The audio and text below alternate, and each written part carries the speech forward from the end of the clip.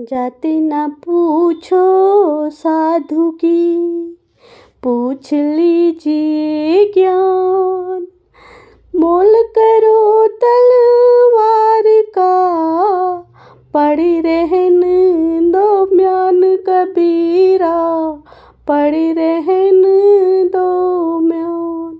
अर्थात इस दोहे में कबीरदास जी कहते हैं कि सज्जन लोगों की जाति नहीं पूछनी चाहिए, उसके ज्ञान को समझना चाहिए। तलवार का मूल्य होता है ना कि उसकी म्यान का, उसे ढकने वाले खोल का। दोष पराए देखी करी, ध्यान दीजिए, दोष पराए देखी करी, चला हसंत हसंत। अपने याद न आवई, जिनका दिनांत कबीरा, जिनका दिनांत। अर्थात इस दोहे में कबीरदास जी कहना चाहते हैं कि यह मनुष्य का स्वभाव है कि जब वह दूसरे के दोष देखकर हंसता है तब उसे अपने दोष याद नहीं आते, जिनके न आदि है और न अंत है। जिन खोजा तिन पाया, गहरे पानी बैठ। मैं बपुरा बूढ़न डरा, राह किनारे बैठ कबीरा, राह किनारे बैठ। अर्थात इस दोहे में कबीरदास जी कहते हैं कि जो प्रयत्न करते हैं वे कुछ न कुछ वैसे ही पा लेते हैं जैसे कोई मेहनत करने वाला गोताखोर गहरे पानी में जाता है और कुछ लेकर आता है।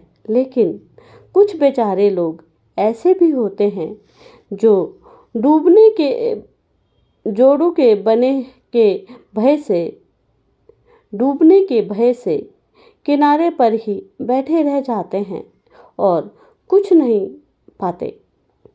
बोली एक अमूल है, जो कोई बोले जान। ये तराजू तोल के, तब मुख बाहर आनी कबीरा, तब मुख बाहर आनी। यदि कोई सही तरीके से बोलना जानता है तो उसे पता है कि वाणी का मूल्य बहुत होता है, अमूल्य होता है, इसलिए वह हृदय के तराजू में तोलकर ही उसे मुंह से बाहर आने देता है। अति का भला न बोलना, अति की भली न चूक। अति का भला न बरसना, अति की भली न धूप कबीरा, अति की भली न धूप। अर्थात कबीरदास जी कहते हैं कि न तो अधिक बोलना अच्छा है और ना ही ज़रूरत से ज़्यादा चुप रहना ही ठीक है। जैसे बहुत अधिक वर्षा भी अच्छी नहीं होती और बहुत अधिक धूप भी अच्छी नहीं होती। निंदक नियरे राखी, ध्यान दीजिए, निंदक नियरे राखी, आंगन कुटी छवा। बिन पानी साबुन बिना, निर्मल करे सुभाए कबीरा, निर्मल करे सुभाए।